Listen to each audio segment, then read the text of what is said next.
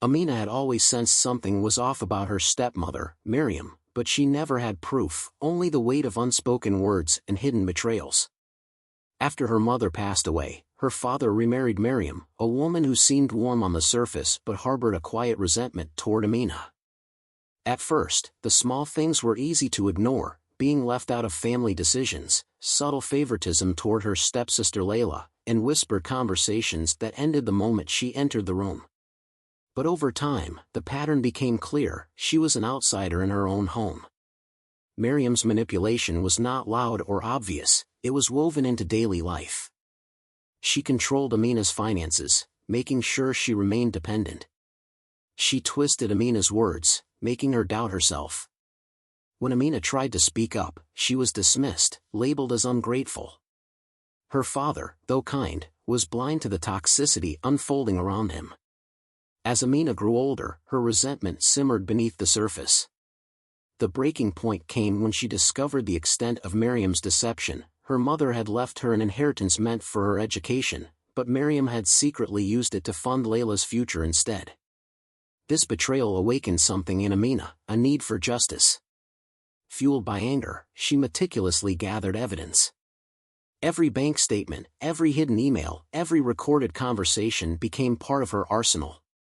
In the digital age, revenge wasn't just about confrontation, it was about exposure. One night, she took to social media, revealing the truth in a viral post that spread like wildfire. At first, it seemed like a victory. People sympathized, condemned Mariam, and offered support. But as the storm grew, so did the complications. Mariam fought back, spinning her own narrative. The media latched onto the story, painting Amina as vindictive. Legal threats loomed. Relationships fractured. What was meant to set her free now threatened to consume her. Amid the chaos, Amina stumbled upon a letter from her late mother, a letter she had never seen before. In it, her mother spoke of Mariam's past, a childhood of struggle, a fear of being powerless. For the first time, Amina saw Mariam not as a monster, but as a woman shaped by her own wounds. She was faced with a choice: continue the fight or break free from the cycle of pain. Revenge had given her power, but it had also stolen her peace. So, she chose something else: letting go. She reclaimed her life, not through destruction, but through self-preservation. In the end, Amina didn't need to destroy Mariam to win. She only needed to walk away, stronger, wiser, and free. Because the truth, once revealed, had already changed everything. Amina had always felt a quiet distance between herself and her stepmother, Mariam, but for years, she dismissed it as mere adjustment issues. After all, blended families took time to bond. Yet, as she grew older, the subtle manipulations became too glaring to ignore. Mariam played the role of the perfect guardian in public, always speaking kindly about Amina to neighbors and relatives. She smiled warmly at family gatherings, making sure others saw her as a caring stepmother. But behind closed doors, a different reality unfolded.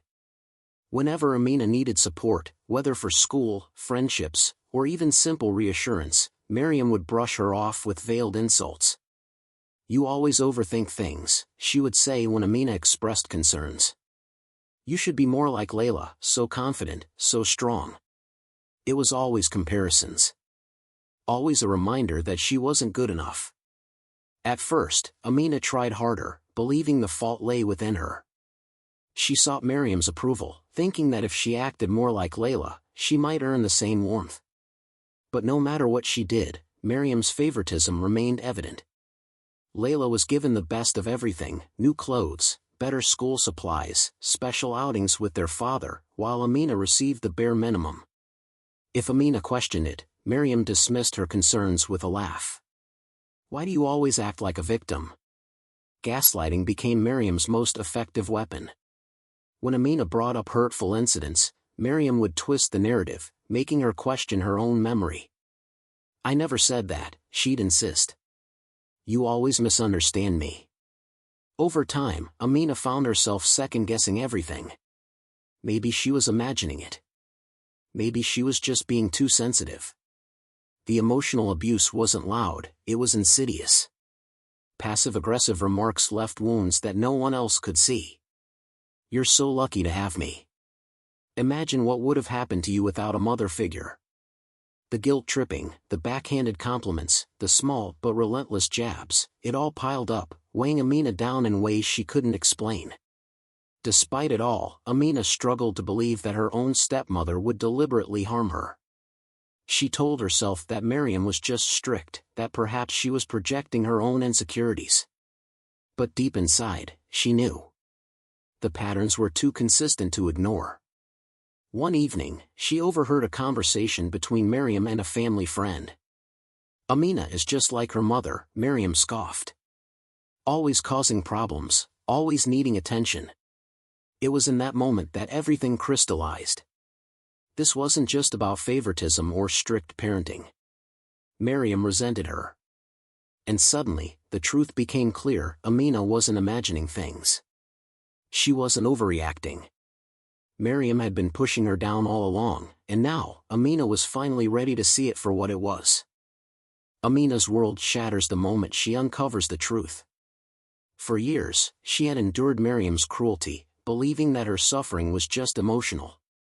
But now, standing in her stepmother's room, holding a stack of forged documents and stolen bank statements, she realizes the betrayal goes deeper than she ever imagined. Mariam had been stealing from her late mother's inheritance all along. The money meant for Amina's future, the security her mother had left behind before passing away, it was all gone. Mariam had siphoned it away, ensuring Amina remained financially dependent on her. Every time she had told Amina, "There's no money left," she had been lying. Every time she had forced Amina to work for scraps, she had been living comfortably off what wasn't hers. Amina's hands shake as she stares at the evidence. Rage burns in her chest, white-hot and unrelenting. She thinks back to all the years of manipulation, of being made to feel worthless. The realization is like a switch flipping inside her. This isn't just cruelty, it's theft, it's betrayal, and it's time Mariam faced the consequences. She refuses to stay silent. For too long, she has let Mariam control her, but not anymore. First, she gathers more proof. Late at night, she searches through Mariam's belongings, collecting bank statements, forged documents, and even old letters from her mother, letters that Mariam had hidden from her.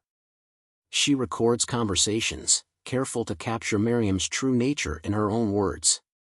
Then, she takes her revenge in a way Mariam never sees coming. She exposes her stepmother online. Amina creates an anonymous account and posts everything: the evidence, the lies, the manipulation. The truth spreads like wildfire. The image of Mariam as a devoted stepmother crumbles in an instant. People start whispering, questioning, turning against her. But Amina doesn't stop there. She secretly meets with a lawyer, determined to reclaim what is rightfully hers. The legal process will take time, but she refuses to let Mariam get away with what she's done. As she moves forward with her plan, a small voice lingers in the back of her mind. Is she doing the right thing? Or is she becoming just like the woman she despises? The thought unsettles her, but she pushes it aside. This isn't just revenge, it's justice. And for the first time in her life, she refuses to be the victim. Amina had expected victory. She had imagined Mariam exposed, humiliated, finally facing the consequences of her actions. But she had underestimated her stepmother's ability to manipulate. The moment the truth comes out, Mariam doesn't cower, she fights back. With crocodile tears and a trembling voice, she twists the narrative in her favor. "She's always resented me," Mariam sobs in front of relatives and friends. "I raised her like my own, and this is how she repays me? Spreading lies to destroy our family?" The story spreads. Mariam becomes the grieving stepmother, wronged by an ungrateful daughter. She claims Amina has been unstable for years, that her obsession with her late mother's inheritance has blinded her to reason. She tells people that Amina fabricated evidence, that the social media posts were a desperate cry for attention. And worst of all, people believe her. Some relatives rally around Amina, furious at the revelation of Mariam's lies. They urge her to keep fighting. But others, swayed by Mariam's performance, turn their backs on her. The whispers begin. Maybe she exaggerated. Maybe she just wanted revenge. Amina watches as her family divides before her eyes. Those who once comforted her now avoid her. Longtime family friends suddenly stop returning her calls. Even strangers online begin to question her motives. And then the real damage begins. The attention that once felt like justice now becomes unbearable. Amina's workplace frowns upon the scandal, subtly pushing her out of important projects. Friends distance themselves, unwilling to be caught in the crossfire. The legal battle drags on, and every step forward is met with another public attack from Mariam. Amina begins to lose control.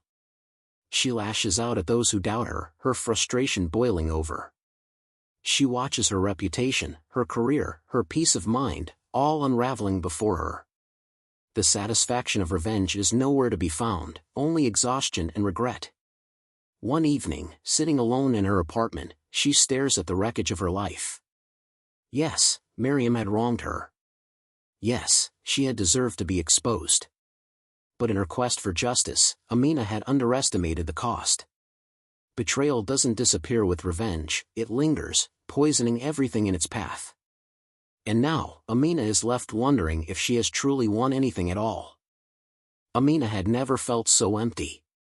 She had thought exposing Mariam would bring her peace, but instead, she was left with a fractured family, a tarnished reputation, and a weight in her chest that wouldn't lift. She barely left her apartment, ignoring messages from those still on her side. Sleep eluded her, and when it came, it was restless, filled with memories of her mother, of Mariam's betrayal, of the chaos that followed.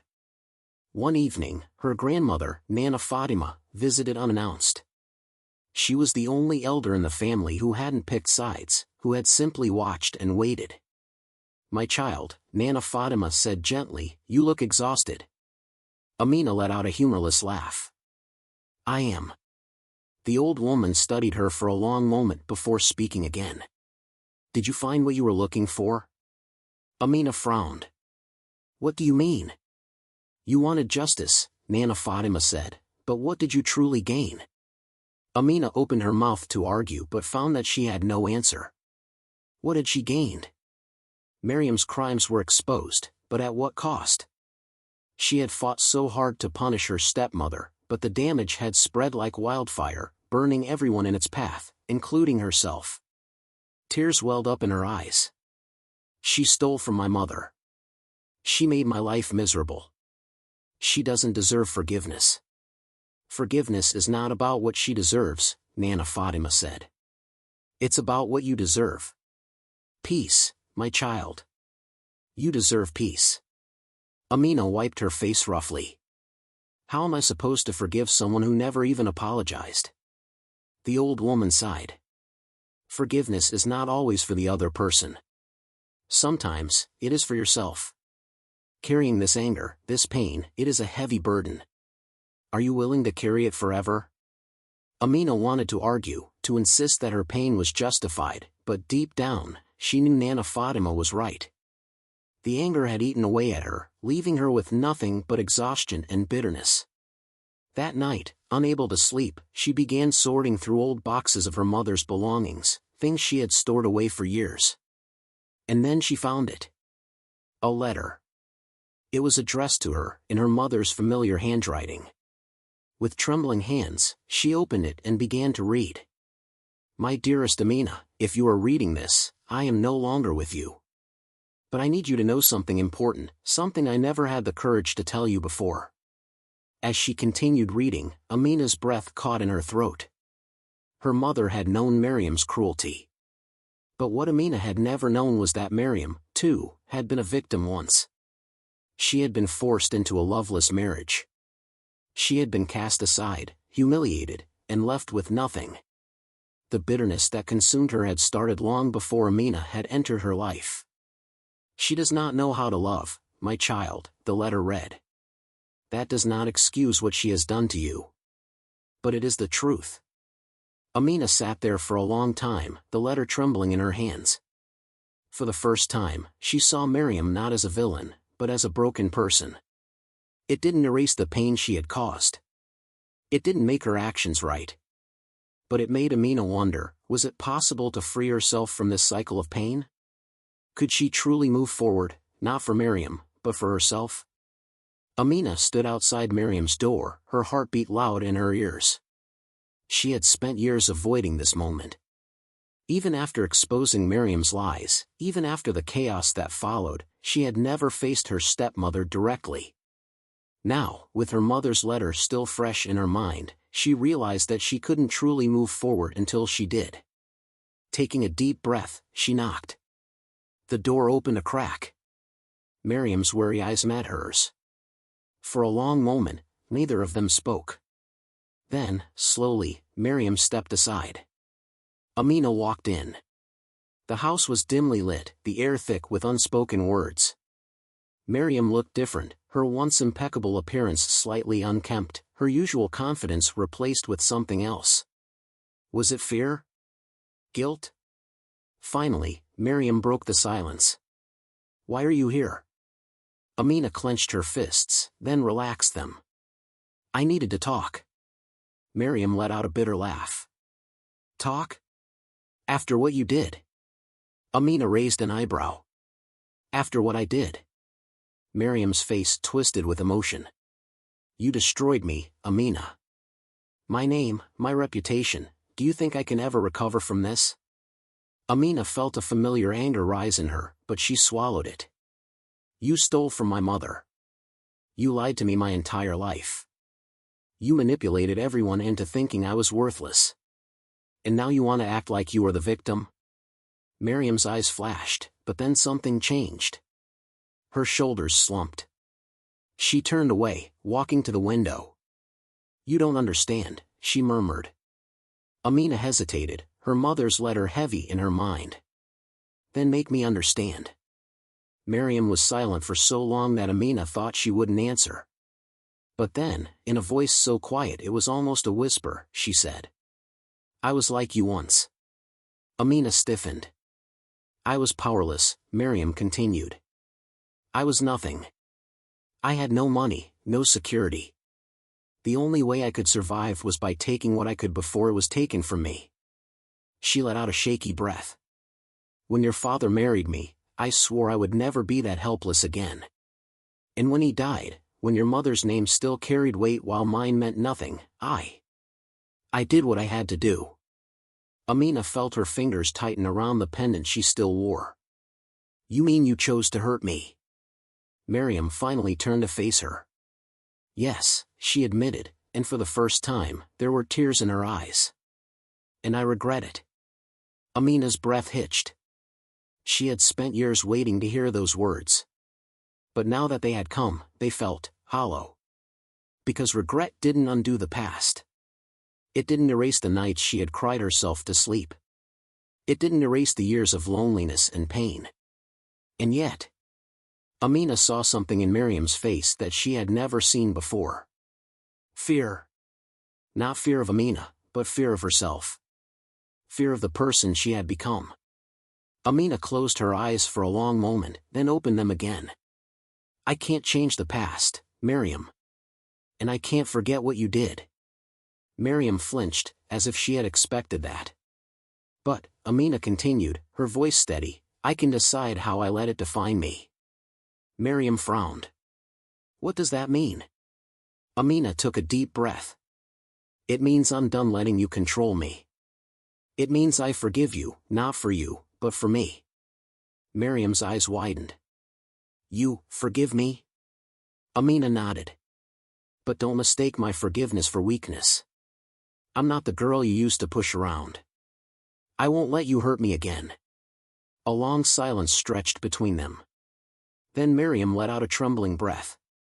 "I understand." For the first time in her life, Amina believed her.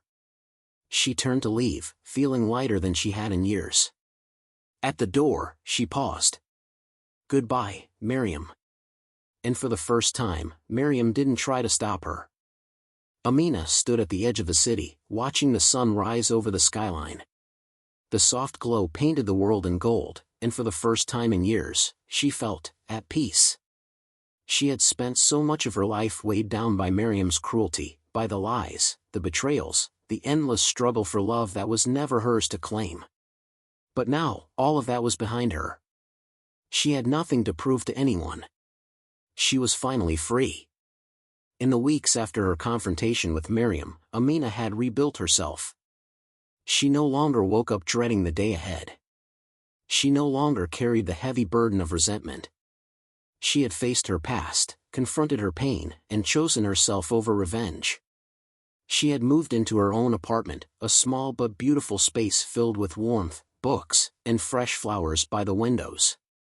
Every inch of it reflected her, not the broken girl Mariam once tried to mold. Her career, once jeopardized by the scandal, had started to recover. While some people still whispered about her public battle with Mariam, others admired her strength. She had proven that she was more than just someone's stepdaughter, more than just a victim of betrayal. She was Amina. And that was enough. Mariam, on the other hand, had faded into the background. With her lies exposed, she had lost the social standing she had clung to so desperately. The woman who once held so much power over Amina was now just another name in the past. Amina had heard rumors about how Mariam struggled to regain her reputation, about how she had retreated into silence. But she didn't go looking for confirmation. That part of her life was over. One evening, as Amina sipped tea on her balcony, her phone buzzed with a message from an unknown number. It was a short text. "I was wrong. I'm sorry." No name. But she knew. Amina stared at the message for a long moment, feeling nothing but a quiet understanding. She didn't need an apology. She had already moved on. After a while, she placed her phone down and looked at the sunset, a small smile on her lips. She had spent years believing that the only way to get justice was through revenge. That if she didn't fight back, Mariam would win. But now she realized, Mariam had already lost. Because Amina had won something far greater than revenge. She had won herself. As the final rays of sunlight faded, Amina whispered to herself, her voice steady and full of certainty. Her stepmother lied, but the truth changed everything.